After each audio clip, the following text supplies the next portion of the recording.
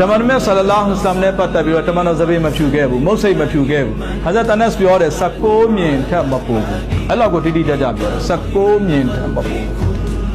ဖြူတဲ့နေရာကလည်းဒီအလယ်လေးမှာတမန်တော်မြတ်ဆလလာဟ်အလัยဟိဝါစလမ်ဇဘင်ကိုအလယ်ခွဲတယ်တစ်ခါတလေကျရင်အလယ်ခွဲပြီးဖီးတယ်များသောအားဖြင့်အနောက်လှန်ပြီးဖီးတယ်အဲ့ဒီအလယ်ခွဲပြီးဖီးတဲ့နေရာမှာဇတ်အနက်စ်ပြောတယ်ဒီအလယ်လေးမှာဇဘင်နည်းနည်းလေးဖြူတာရှိတယ်နောက်ဒီနှစ်ထင်လေးမှာဒီဘက်နှစ်ထင်မှာနည်းနည်းလေးဖြူတာရှိတယ်နောက်ဒီအောက်ကလေးမှာနည်းနည်းလေးဖြူတာရှိတယ်အဲ့ဒါပဲအဲ့ဒါတွေအားလုံးပေါင်းလိုက်ရင်16မြင်ထက်မပိုဘူးဒါကြောင့်တမန်တော်မြတ်ဆလလာလဟ်အလိုင်းဝါဆလမ်ဇဘင်ဖြူကိုဆေးလဲဆိုးစရာမလိုခဲ့ဘူးအလ္လာဟ်ရှိမြတ်သခင်ပေးတဲ့အင်အားအသက်60ကျော်မှာဇဘင်မဖြူဘူးဆို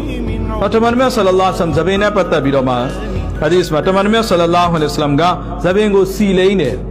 စီရွှဲလိမ့်ဟာဒီစ်မှာပြောတမန်တော်ဆလလာလဟ်အလိုင်းဝါဆလမ်ကနဖူးကကျဲတယ်တမန်တော်မြတ်ဆလလာလဟ်အလိုင်းဝါဆလမ်ရဲ့မျက်ခုံးတွေကခုံးနေတာပဲမျက်ခုံးတွေကခုံးနေတယ်တမန်တော်မြတ်ဆလလာလဟ်အလိုင်းဝါဆလမ်ရဲ့မျက်ခုံးကမဆက်ဘူး